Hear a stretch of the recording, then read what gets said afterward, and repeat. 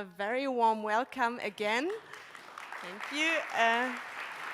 To Berlinale Talents, it's our fourth day. As you know, many of you are participants, many of you are a new audience, so very welcome here. We have a lot of fields of work here in the festival as our participants of Berlinale Talents and also sound designers and composers. So tonight, this will be a lot about sound designing. We have a very special guest, but before we introduce her, it is my pleasure and honor to introduce our advisor for Arab film of this festival of the Berlinale, a dear friend of Berlinale Talents, I can say Talents Beirut, also associated with and with Cinema Metropolis from Beirut, curator, programmer Rabih Khoury. Thanks so much for being our host tonight.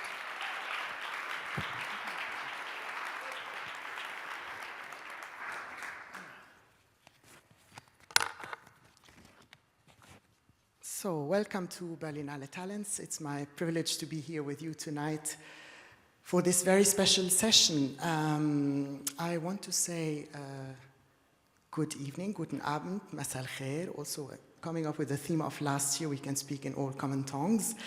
Tonight we have the honor to have Rana Eid with us, Lebanese sound designer and artist. We'll speak about sound in Arab cinema, but also beyond Arab cinema.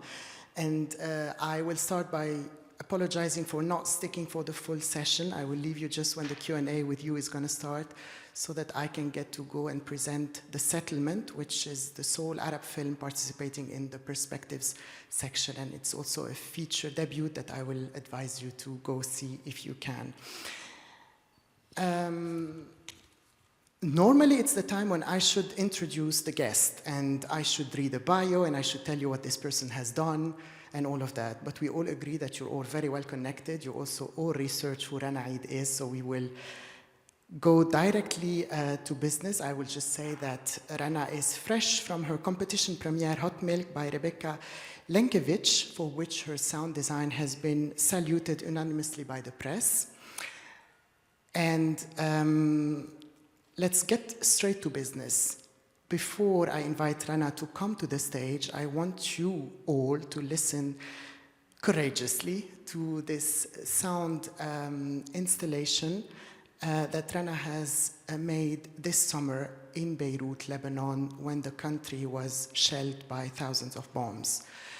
We will get to speak about that with Rana in a bit, but first I want you to just listen courageously to this. Thank you.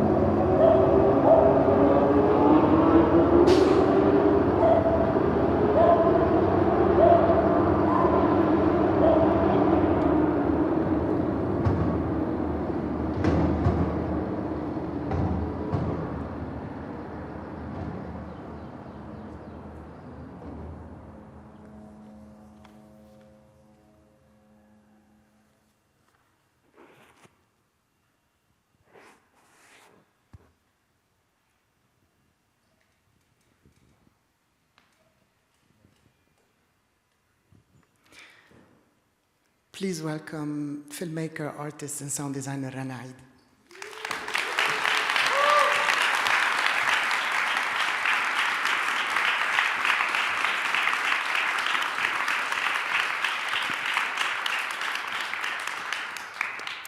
Rana, what we just heard was real sounds that you recorded this past summer in the war on Lebanon.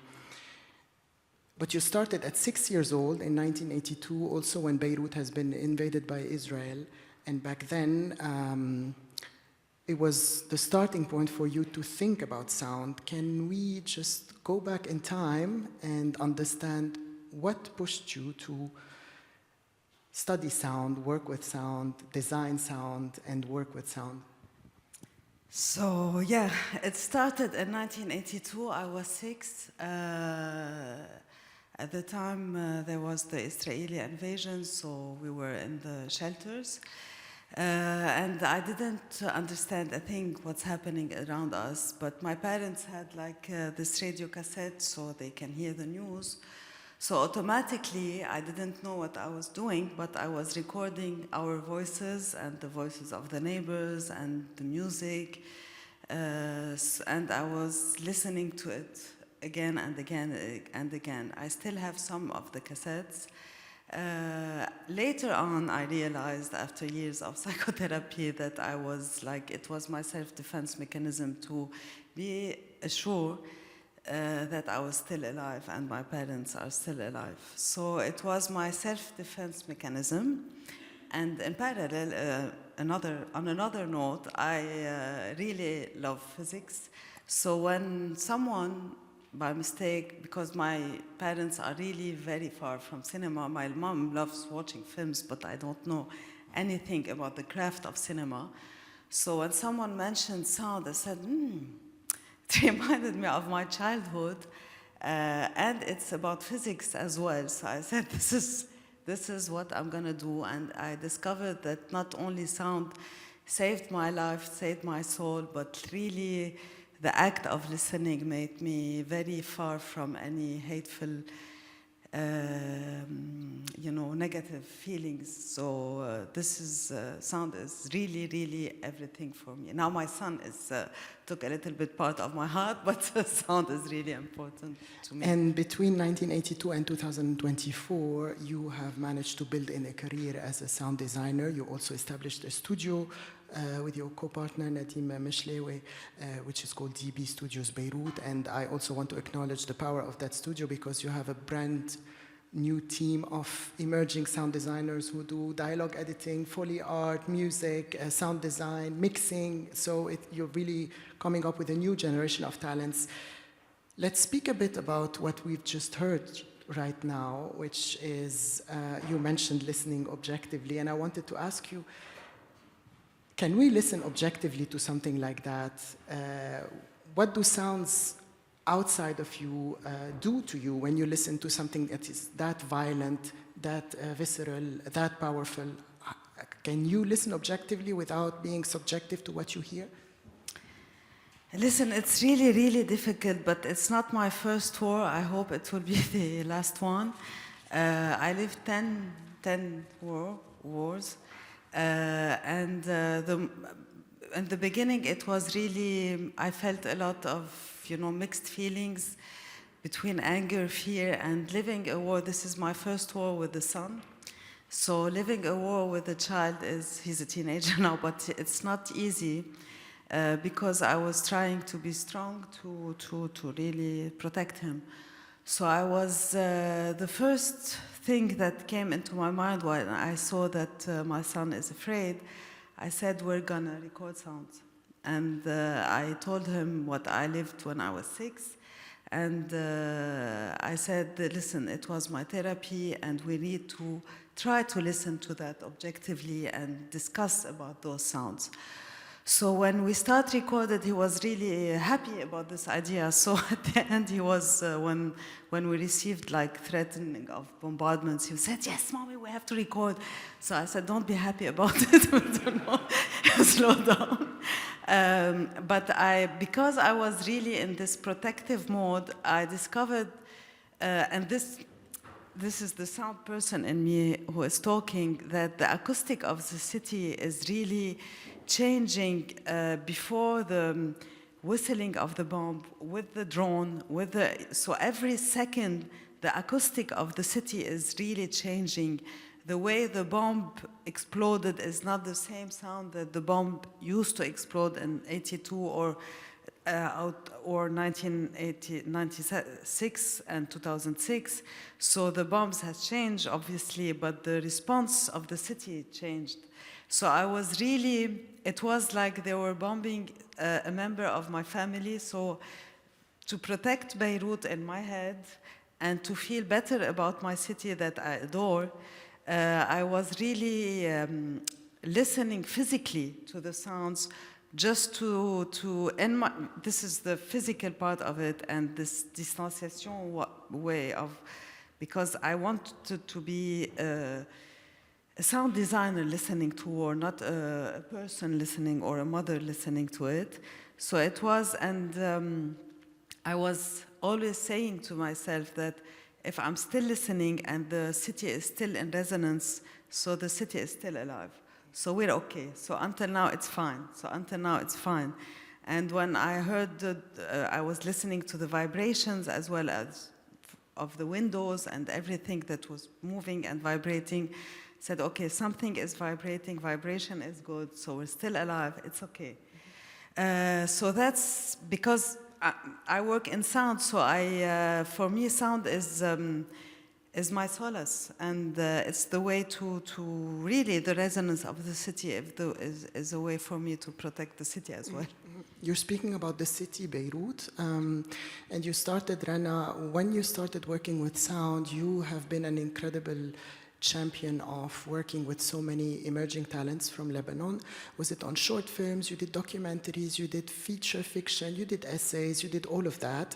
We're going to discuss one film that you did, which is called Memory Box. It's a feature fiction by Joanna Haji Toma and Khalil Jrej. Was in the Berlinale competition in 2022. I think also we have the producer of the film with us, Sebastián Lelio. This film is based on the memories of the filmmaker who had tapes recorded, and she built the film around that. But also you have a special experience with that. We're going to speak about that, but let's first watch the extract that Rana prepared for us from the film Memory Box.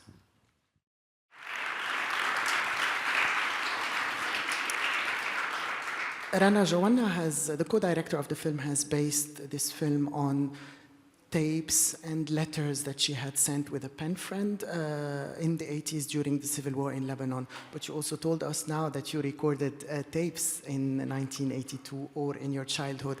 How important was it for you to do Memory Box as a film, but also how much your childhood helped you to do the sound design of this film?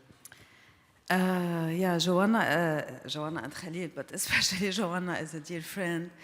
And when she talked to me about the film and she told me about the cassette, we were like crying for like 2 hours about our memories, our childhood.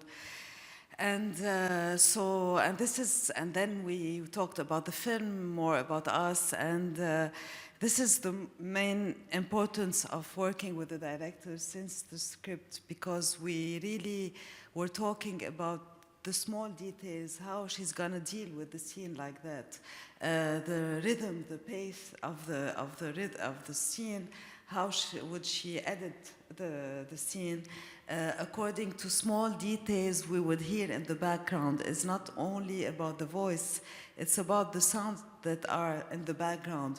You know, we did like research and we did remember all the small details, how the neighbors would talk in the background about the upcoming bombs and the falling down. It has like, we were expert at the point that, okay, we know this bomb is going out, this bomb is falling on our heads. So we were expert in bombs at the time. And for example, a very interesting thing happened when we were talking with Joanna. She was telling me about the scene after it when her daughter in Canada couldn't sleep because of these memories. And we both automatically decided that it's going to be a windy night with the trees making sound, because those sounds were referred to the sounds of the war.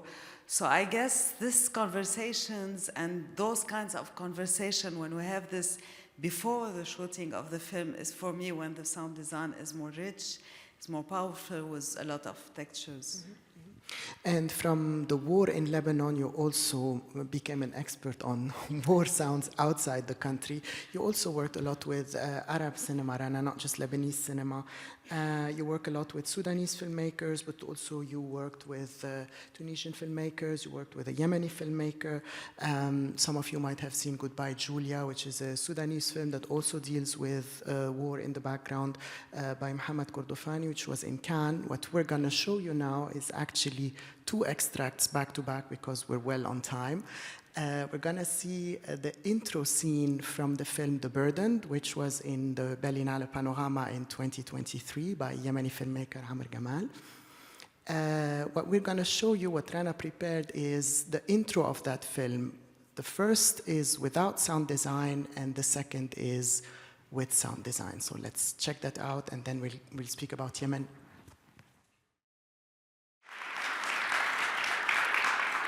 Rana, the film is set in Aden, which is not the capital Sana'a. We know so little about Yemen, even us as Arabs. It's a country that is not the most, that strikes us the most. And I wanted to ask you, of course, you've never been to Yemen. The question is, how does a sound designer then prepare for the sound of a city that he or she doesn't know? How is your research process like, and how are your conversations with the filmmaker like, so that you can capture something like we saw in the sound design version? This is my favorite part of working in sound ambiences and discovering the city, because I did sound for recreating the ambience of the city of Beirut, and so working on the cities, discovering the cities, the layers of the city is something I adore. So mainly is the first discussion with the director, and I was telling this to the talent yesterday, is that I discussed with the director everything except about the sound of the film, about what he likes in his city, about poetry, about music, about his emotion, what is he happy, is he sad, etc. So you can really feel the source about his point of hearing, what we say, there's not only the point of view, but his point of hearing throughout the film. So, and then I'm always happier when I have the team I always work with, the sound mixer that I love working with, Rabih. So he went there, he was the sound mixer, and he was always recording me every day, like ambiences, so I can understand the city. And I read a lot about Aden politically, geographically, to discover the acoustics of the city, if there's mountains, if there's sea. So I did a lot of research, and Rawad was sending me sound so I can understand the city. So that's, and this is the best compliment I have when I work with directors on a city that I don't know, and when the director says to me, I feel home. So, and especially with Amr, because he's so sensitive, and we wanted to really hear and listen to the city throughout the woman and her husband. So, for example, in this scene, when she arrives at the kitchen, when we see the kitchen, it's only the radio, there's no ambiences. She's bringing the ambiences with her. So this is for me an example of point of hearing, and we discussed with Amr this before the shooting, that she's gonna bring she's gonna bring the sound, she's gonna bring life, and everything else is muted. So the difference between those city, between being muted, being silenced, being alive, and the small details of Khoury when she's cutting the bread, the water. So those little ideas about, like we were discussing, between the macro and the micro, the city and the individual. What's the place between a city and the individual? And this, anecdote, really, the macro and the micro and the point of view, point of hearing, really helped me in all the films. Because when I have this like slogan in my head, you can really put anything or adapt it to any film. When you have these two, for me, it's really, it helped me a lot in the concept and writing with sounds on any film. But you just told me before, Rana, that you did the first sound designs for the filmmaker, and while he thought everything was great and perfect, you did not get it. Yeah. Can you tell us about that? Because I thought this was fascinating. Yeah, this was really cost me like very long nights of insomnia, because when Amr first heard the sound design and the ambiences, he said, "It's really Yemen, thank you, but I'm not happy." So, what can I do if there's something like annoying? He said, no, the sound is good, but I'm not happy.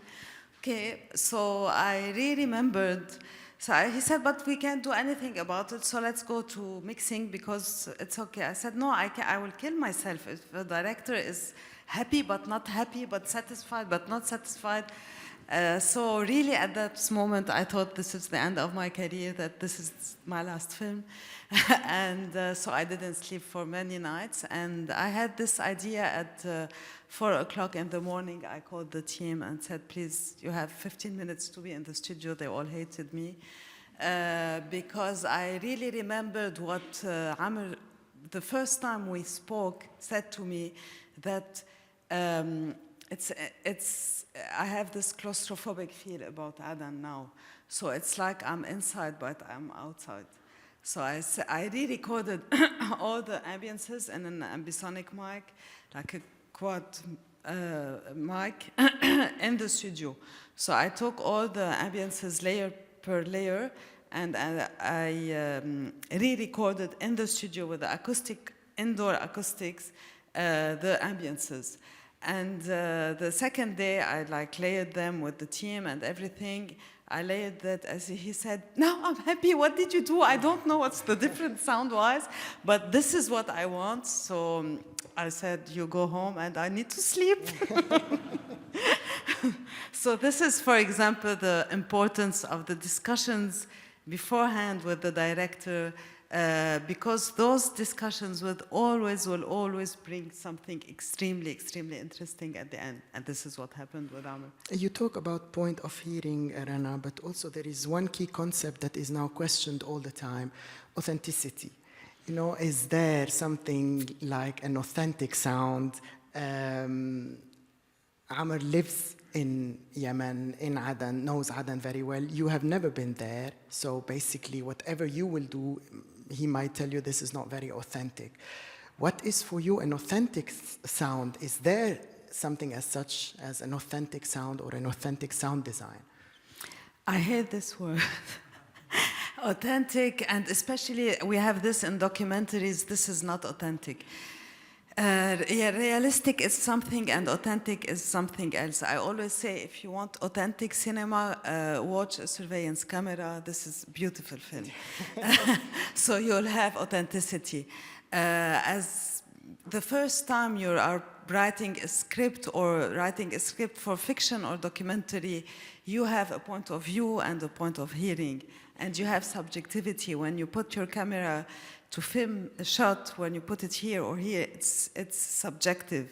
So you cannot listen to a sound in a subject. We're not robots until now, hopefully, but we cannot. You listen objectively, but through your body, throughout your memories, throughout. There's something, you know, when Michel Chion always talked about the sound théoricien, about, you know, the differentiation between when you try to put an image to a sound. So it's always in our head, like to feel safe when we put an image to a sound. So we can be realistic about a city, of course, and respect the sound of the city, not the authenticity. There's nothing authentic about films. You can be true to yourself. When the film is a necessity to you, it will be right, it will be, I don't know. I don't know even if I can talk about ethics, but because it's nothing about ethics, it's about being a necessity. And Amr this film is a necessity to him, and it's a necessity to me to recreate the sounds of the city subjectively through my ears, through my vécu, through my life, through what I lived in Beirut, through my vision and my hearing to cities in danger. This is for me like doing films courageously and listening and watching courageously. So authenticity, I think it's very clinical. We were talking about it with the talents yesterday, that being clinical is very far from being creative. You know, when you want to be like socially correct all the time, or you have to be correct and proper and clean. This is not cinema, this is advertisements. So yeah. Rana, you also worked on Academy Award nominated films. Honeyland is a documentary that everyone spoke about at some point. You also contributed to The Sounds of the Cave, which is a Syrian documentary by Firas Fayyad. You also worked on Rebel, you also worked on Evil Dead Rise. Evil Dead Rise in particular is a horror film. So you experienced with horror, which is not necessarily your type of your cup of tea, as you told me. You had a very specific experience with that film, and we spoke about war and what war does to us, but this is also a very psychological film, Evil Dead Rise. Can we speak about this experience in particular? How do you get into a horror film when you're not into horror film at all? I don't watch horror films.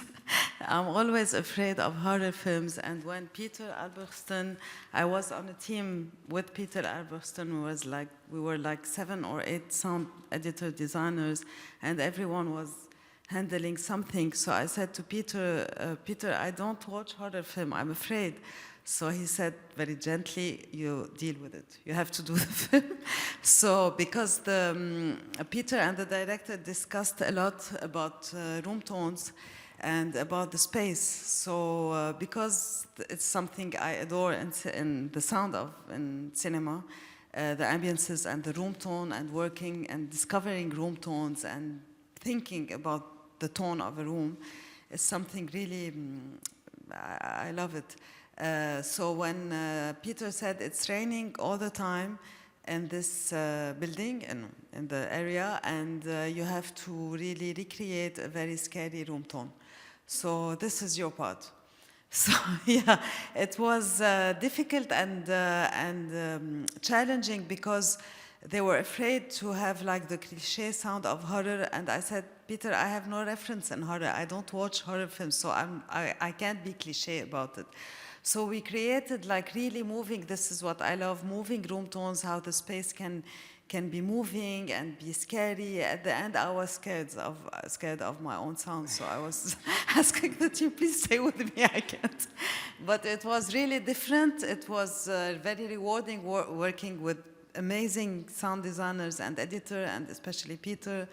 So it's another experience. I need to work on a rom-com, I think, between war and horror.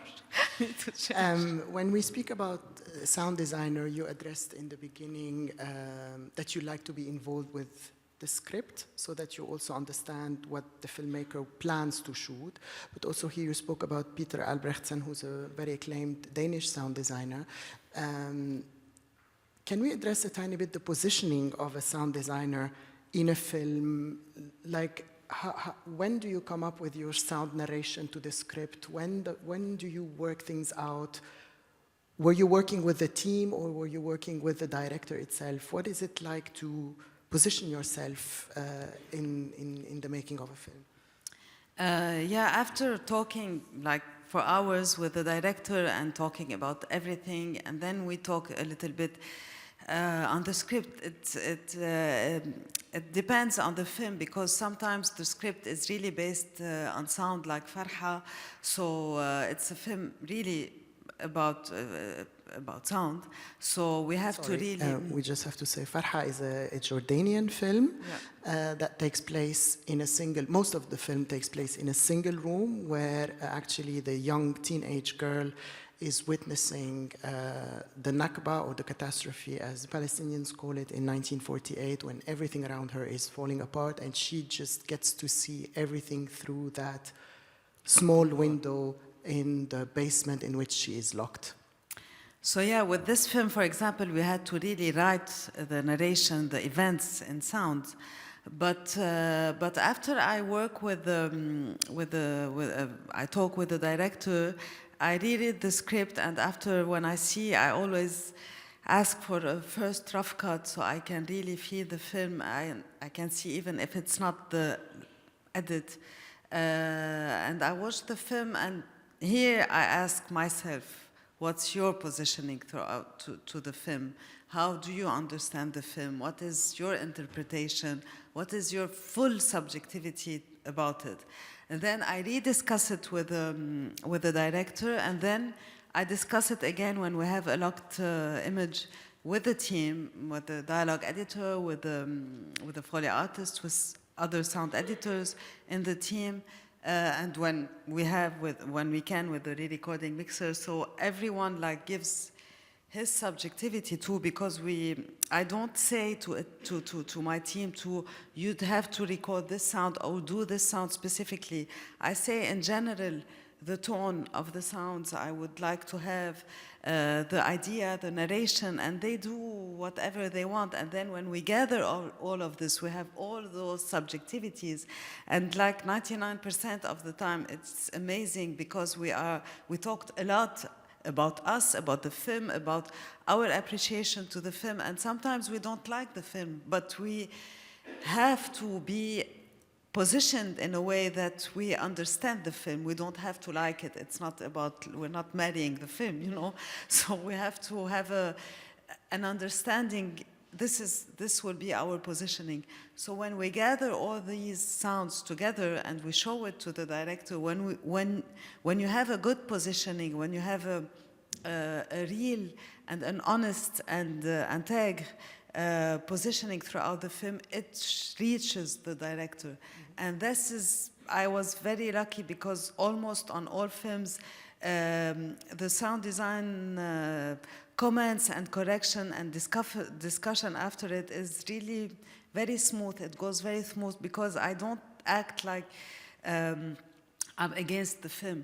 And there's something, just a little detail I learned throughout the years, that we always say that directors has big egos. I discovered throughout the years that they have egos. That's okay. But sound designers and the audio post-production team has big ego, because we are in an isolated room, and for us it's my studio. So when a stranger comes into your studio, isolated from the world that you did, and they said, I don't like this sound, so there's something in you, how dare you, get out. So I discovered that we have a big ego. So when you this is what I always say to my team, you put all your egos outside, your problem outside, and we come inside. And this is how we manage to work throughout extremely difficult circumstances, because really you have to dissociate and have another positioning. And when we do that, this is what we did with my team lately, that when we did that, we felt better about everything, because we felt like we have distance, so we don't have like psychosis about what's happening, you know. You feel it's really therapeutic. And this is with the relationship with the director as well. You mentioned working under very difficult circumstances, which is exactly what happened last year. You have managed to do the sound design for the film Hot Milk by Rebecca Lenkiewicz, which was in competition last week, premiering on Friday at the Berlinale. While this was your main task, you're being asked to do a sound design for a British film, which is something completely different from what you did before. The world around you in the region was a living hell. So when Gaza was happening, and also Beirut was back then, not under attack, but I mean, it was flaring South with of Lebanon, violence. yeah. So I have two questions here. Let's start with the easier one and then do the trickier one. How do you, as a Lebanese sound designer, land on a film like Hot Milk? I think we have the most pleasant community in the world. Sound community, I think, is the best community on the planet. So we have the chance to communicate a lot, and we know each other, and sometimes we don't know each other personally, but we talk to each other, we exchange sounds. So this community, the sound community, is like a small, big village. We all know each other, and sometimes we talk a lot to each other without like even meeting in person. So I had the chance to work on The Cave, and Matthew Herbert was a musician on this film, and I didn't know him until we met in the mixing of Hot Milk. So he knew my work, and he said, I really need you on this film because I think it will talk to you. You can identify a lot with the story of the film because it's a very Woolfian film. So, and for me, Virginia Woolf is an amazing author. So he said, you have to be on this film. So this is how I landed through Matthew, yeah. And then also, because you mentioned working under severe circumstances, how did you manage with your team? And I think also this is a question that maybe the audience is interested to know about. Working under severe circumstances, was it a war happening outside? Was it a collapse? Was it political, social, economic instability? All of that you've went through in Lebanon. How do you manage to be creative in such a difficult moment of time, but also how do you manage to ensure that the team around you is feeling well, safe and creative, but also you have to report to the UK. I mean, your director is in the UK, so how did you manage to navigate all of that? I was really, really lucky because I automatically called the producer and I said, listen, the situation is really unstable, so I don't know. Maybe I will have a bomb in my head, so maybe I would die.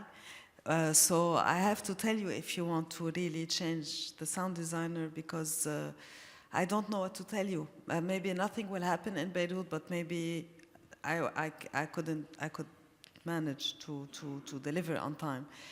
So she was really extremely supportive and extremely kind, and she said, this is our decision, we take it to the end. And we will protect you and protect your son, and you are our sound designer, and we're not changing. So I was really, really lucky, and Rebecca as well, and all the post-production team was extremely supportive. My team, we discussed like we do discussion every day in the morning. We have our morning coffee. We sometimes started as a coffee and end on a drink at 7 p.m. because we talk a lot to each other, saying that okay, this is what we do. We have the right to collapse. We have the right to stop. Or we can do an amazing sound design, trying to do an amazing sound design in the most difficult situation. And for me, it was more difficult because I have to protect my son as well. So this is for me a challenge. This is for me my resistance. This is what I resist. I resist against violence, against injustice, against killing, against all type of violence.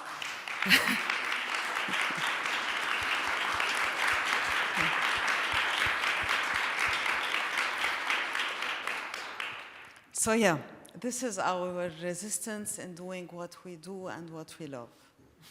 And with that, let's see the extracts that Rana has prepared for you. There are 4 extracts of the film Hot Milk. Whoever has not seen it, we're not spoiling too much for you, hopefully. So you get to see the film as well, and then we will discuss a couple of things about the making of the film. One thing you mentioned, Rana, earlier was this micro and micro systems or universes. And here we are addressing a mother-daughter relationship, but also expanding on a space that is very much unknown to both of the characters because they move somewhere else for the treatment of the mother. Can we address a tiny bit more this concept of starting from the particular and moving to the general, this micro kind of relationship? Yeah, when I read, because it's inspired, no, it's based on Hot Milk, the book by Deborah Levy, and I read the book I read the book before, like 3 or 4 years when it was published. So it was really, when I discovered that it's an adaptation of Hot Milk, I was so happy. So I reread it after I read the script because there's a lot of sounds element in the book. So and for me, really, Hot Milk is the book is about like this environment, the psychological environment that is like narrowing into for the main character, for Sophia, into like the motricity and the illness of her mother and her toxic relationship with her. So I had a lot of this discussion with Rebecca when we were discussing over Zoom the film and everything. And she was telling me this is a very nice idea about like really working on the macro and the micro. And she said, how do you want to really do that? So automatically I had this idea that the film will start in 5.1 in surround and will go and will end in mono, almost. So, and we will go to complete silence with the small details. We don't have, this time in this film, the ambience is small details, small traces. It's, we worked on traces of ambiences, not ambiences, traces of the sea.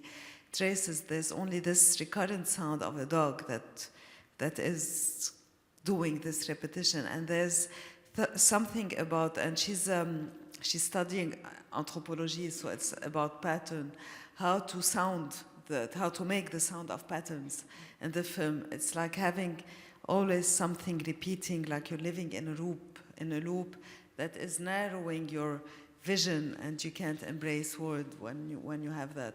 So that was it was really critical. It was really difficult, but because even my team had difficulties doing the sound edit because we usually do ambiences and then we remix it. I said in this film we can't do like the whole ambience with details, with the backgrounds, with cars. We have really to choose the sounds. How the car, if the car is passing, really the sound of a wave, if the sound of, you know, the little rocks on the beach, the sound of the footsteps, when do we put footsteps, when do we record presence in the folly. So it was really about minimalistic sounds, even when it's a bit loud, but it's about really this dosage between her with this illness that is really trapping her into herself and her relationship with the body. So how can we really, this is why we always in this film worked on the traces, and then in the mixing with Rob Walker, it was really, we enhanced this idea, and we were lucky that we were all together in the mixing auditorium in London, so it was really a great experience. I have one question before I leave you with the audience for them to ask, so you can start preparing your questions. The film is also about inclusivity. You know, we're dealing with a mother who cannot move. So I wanted to address a bit the illness of motricity. You know, how do we make a sound design that opens up on motricity? You know, also you mentioned while we were preparing that during the war, of course, in Lebanon, the several wars in Lebanon, you had to stay in shelters. You couldn't move, sometimes for days. So I wanted to ask you, how much did your own background in Lebanon, which has nothing to do with this film, helped you shape up an idea for the character of the mother? It's what we did in Hot Milk, and I was so happy because we read with Rebecca 2 days ago in one of the reviews that they were talking about humming, so we were very happy that someone noticed. It's about humming because I always remember myself when I have like sitting down or in a shelter or even have nothing really related to war, but the situation and with the, and even your own life. When you are sitting, I'm sitting in my sofa, watching anything or reading a book, and I have this humming inside my head, and I can't really move anymore.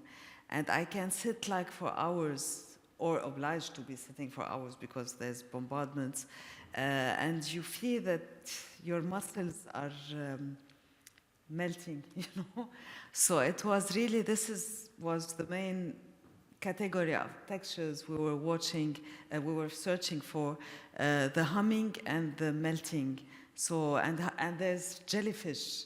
So how can we do the sound of a jellyfish? How can we feel the melting part of the body? So we did it with very little foley.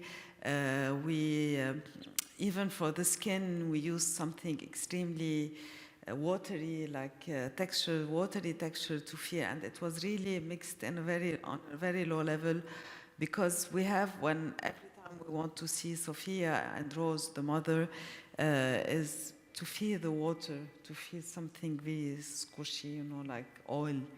So again, the macro, the humming, the outside, because it's all about the head, and it's the head that is giving you signals to move. And we didn't want to go to like the tinnitus, the normal, sifflement, how to say it in English? Sifflement. This you have in your ears, so we didn't want to go in this direction. So yeah. I would like to leave the last 20 minutes for the crowd to ask questions, and my colleague Christina is going to take over from talents. But before that, I wanted to just let you know that there might be still some screenings for Hot Milk if you want to catch it at the Berlinale. I also want to say, because it's very important, it's all about talents here, the fabulous team of Rana also did the dialogue editing on the film Yunan, which is also in competition. It's not dialogue editing, ADR. ADR, so sorry, ADR. And this film is also playing in competition. It's a film by Amir Fakhreddin, which premieres tomorrow, Wednesday, so you might get to know the work of Rana and her team via these 2 films. I wish you now a more open discussion with Rana. Feel free to ask Rana whatever you would like. Rana is a very generous person with her team, but also with all the directors that she worked with. So use this opportunity, and I wish you a nice evening. Thank you, Rabih.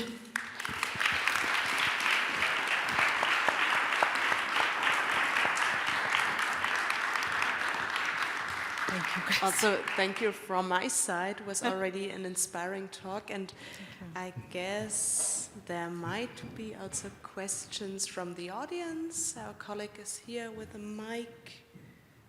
Checking. Yes, please.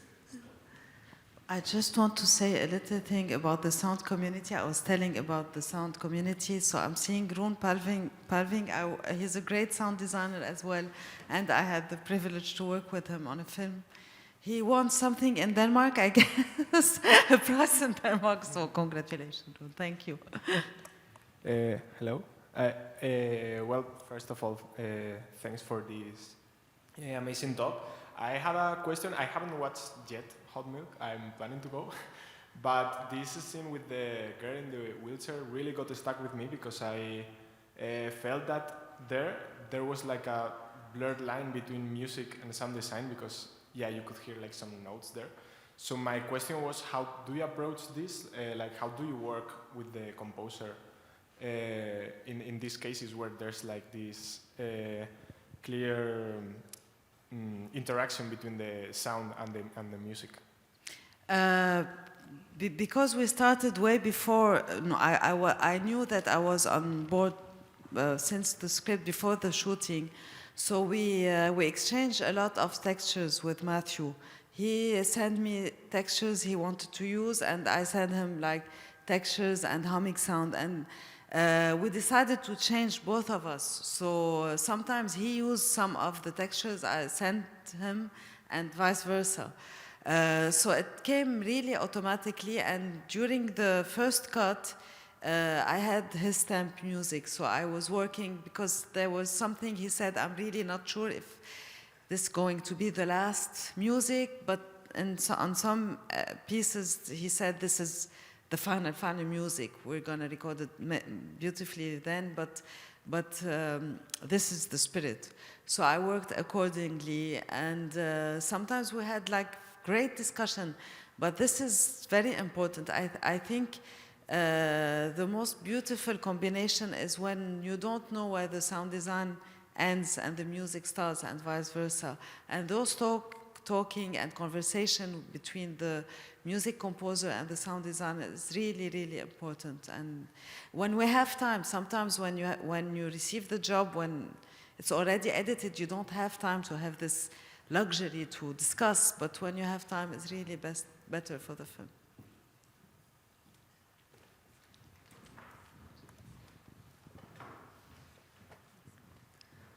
Yeah, hello, my name is Anna. Thank you very much for the very inspiring insights into your work.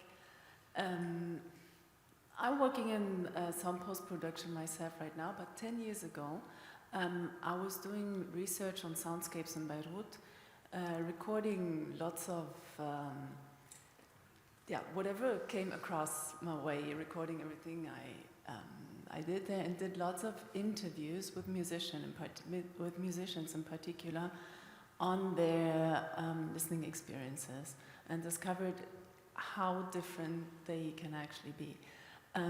So my question relates to the sound collage that we were listening to before you even entered.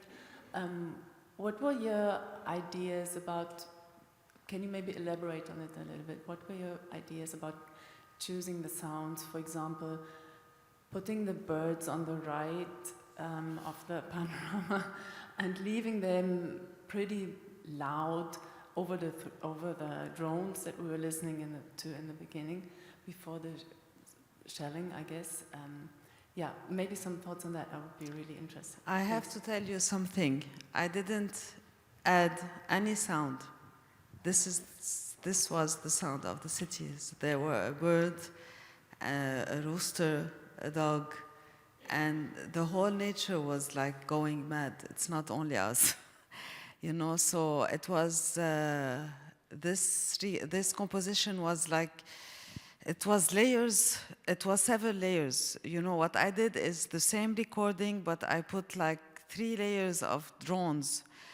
Just because sometimes they have so many drones are in the sky, so they have like phasing effect. You feel like you're gonna go crazy. So this is what I did. But the rooster, the bird, the dog, the car passing, this was the city. And it was really important to me only to put like 3 layers of drone. But this composition, I can send you the raw material. It's one recording. I didn't do anything. This is the sound of the city, and that's what was really interesting for me. And that was what we discussed with Rabih, is the dynamic that the city goes through, that the animals go through, that the insects go through. And so I chose this section because the city was so dynamic, and this was a way for me to reassure that Beirut will never stop living. So yeah, I always treat Beirut as a person because I love her very much.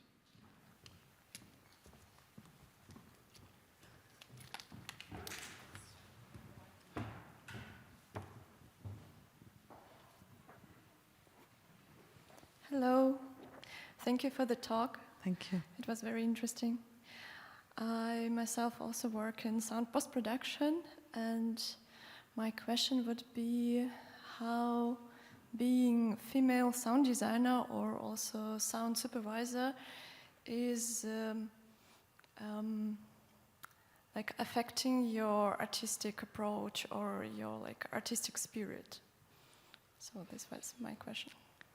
Thank you for your question, but I really don't approach sound by my femininity or my positioning throughout my sexuality, or so this is something I learned throughout the years because we have so many problems. So problems of gender equality is not a top main priority, and I have the chance because I didn't have any problems like proving myself as a sound designer because a woman, I don't have this. So I didn't have to struggle in that sense.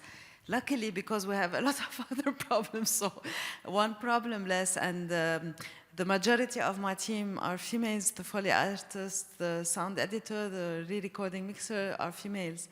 So I'm not sure I agree with this approach. There's no difference between a man ear and a woman ear. We are all equal in the listening method, but the difference between the sensitivity, and if you know how to differentiate between listening and hearing, this is very different. And sometimes there's women that can listen more than men and vice versa. So for me, every human being can be capable of listening instead of only hearing. So I don't really see the difference. I'm sorry, I'm disappointing very many people, but this is my point of view and hearing.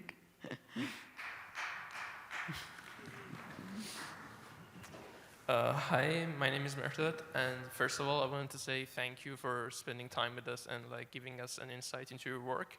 I have sort of two questions. The first is, based on what criterion would you like judge and assess a sound design? So let's say you weren't the designer of the sound for this movie and you just saw it, like what would be your point of view on it, or like what would make you see this sound design as something unique? And the question number two is, up to what extent does the sound designer have free choice? Because we do have choice up to a point where it complements the concept of the movie, and the composer and the director is absolutely fine with it, but up to what point is it your choice? Because, for example, if at some point you had to like use white noise, you could choose pink noise and no one would actually really realize it from the audience. But is that a choice? Is that like something that the concept shapes? Is that just a choice that you can make and sort of get away with it, and something like that? Just based on what criterion would you assess the sound design, and up to what point does the designer have free choice? It's a difficult answer. At what point the sound designer have liberty to create? It's always about communicating, and yeah, sometimes there are terrible experiences. I'm not going to hide it. Terrible, with like monsters as directors.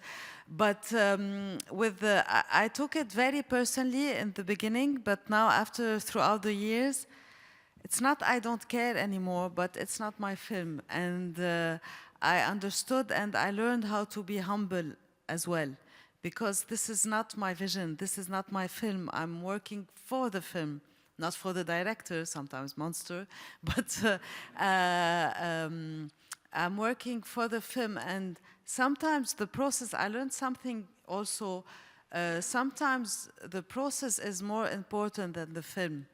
Really, because you learn from a terrible experience, maybe more than a good experience. So sometimes the film, it's not about the end product or the end sound design, is what you learned. Because sometimes you don't like the film and you know that the end result will be a catastrophe. But it's not about that.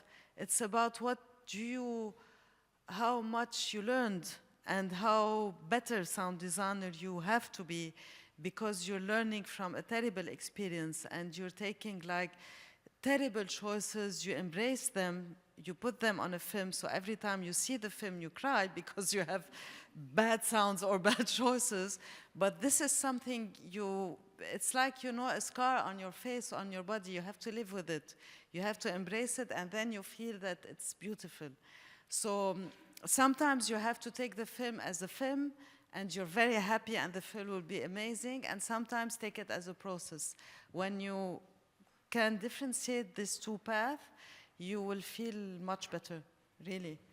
And I don't know if I understand. The first question is about how do I decide the point of view, hearing I want? How would you judge sound design? Say, for example, you saw somebody else's work can't hear me? No? Okay, fine. What I'm trying to say is how would you, based on what would you judge some work?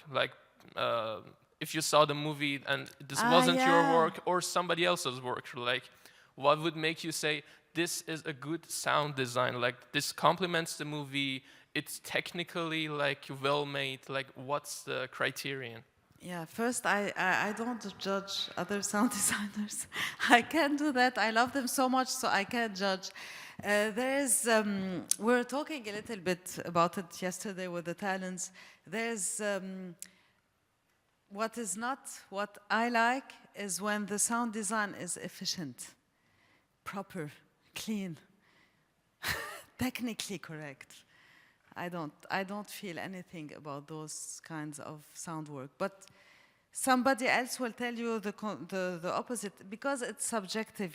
Sometimes I like sound design for a film and someone else doesn't like it. What I really like about sound design, when you feel it, you automatically feel it, the communication between the sound designer, the music composer, the production team, and the production design and the director. You feel this symbiosis. You feel that everybody is working together. And when you don't feel the sound design, sometimes it's really amazing. When you have, for me, really, what I like about sound design is when there's this micro and macro and those little subtleties and of course, the 6-year-old in me, I enjoy, when you have this big mainstream cinema with effect.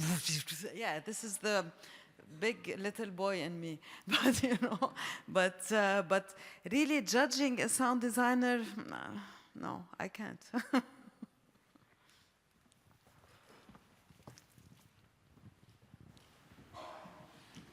Thank you very much. I found this really interesting. Mm-hmm. I'm not from the field, so I'm a student and I study sound recordings from about 100 years ago. So this is my entry point, but I feel like I learn a lot from people who deal with sound in different ways. So I wanted to ask you, because you mentioned this clear distinction also of hearing and listening, and I wanted just to know more from you and to elaborate, what is your listening practice also in terms of investigating, when you mentioned that you, by lived experience, become also experts of the sounds that surround you, that you develop an expertise about them. And so I wanted to ask this, and also someone's work that I learned about, Lawrence Abu Hamdan.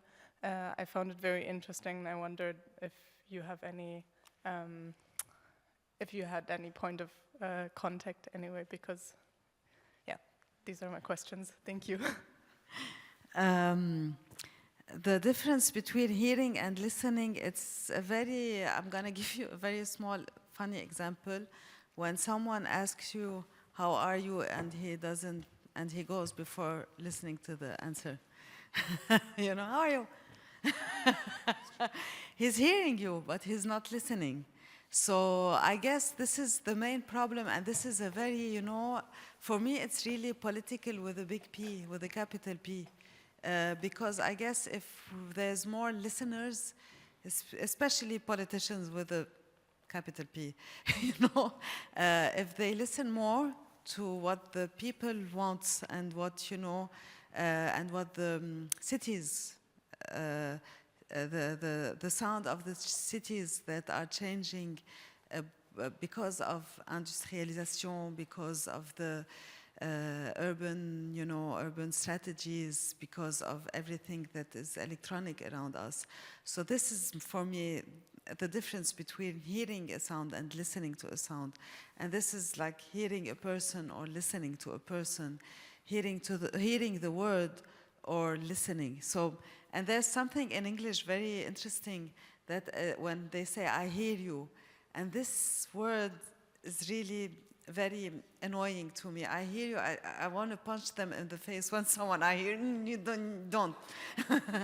So, because I don't want you to hear me, I want you to listen. And this comes for something in the Arabic language that is really, really, really interesting. And that really, it was really a learning experience when I did that in a lecture in School of Sound like many years ago in London, because sound in Arabic is saut. Saut is voice, voting, noise, and sound. So you have all this word gathered in one word. So I said, that's why we have a lot of problems in the Arab world, because everything, hearing, listening, it's tabbouleh, you know, the hummus dish. It's always mixed together. So that's why our problems comes from this lack of words. So yeah, this is for me. We can do a master class about hearing and listening, and I forgot the second question. Sorry. I'm becoming a fish. Maybe a follow-up question could also be on developing vocabulary for sound, but what I originally asked was in relation to the work of Lawrence Abu Hamdan, who's mentioned himself of like forensic ear is his terminology, and it's sound research, so it has some proximity to sound design. Yeah, I really love Lawrence's work. It's really amazing and studied. But it's a different field, you know. It's really, he goes into really forensics. It's like, I always tell him that you are the police guy and I'm the prisoner, you know. Because I'm inside the film, he's like watching the film. The sound installation, he does more like sound installation. But no, sound design is not, I'm inspired by his work and he's inspired by mine, but we are on a different, complete field, because and we discussed it once that and I told him, for me is like there's him with the sea, his relationship with the sea. This is my point of view towards his work, that he's on a big rock and watching the sea and listening to the sea. I'm swimming inside the sea. That's the difference between the positioning between me and Lawrence. But it's really interesting because sometimes I ask him a lot of questions about, especially when I feel that the city is moving and the sound is changing and the acoustics of the city is changing. So I call him, Lawrence, am I going crazy or do you agree? He said, you're crazy, but I agree. So yeah.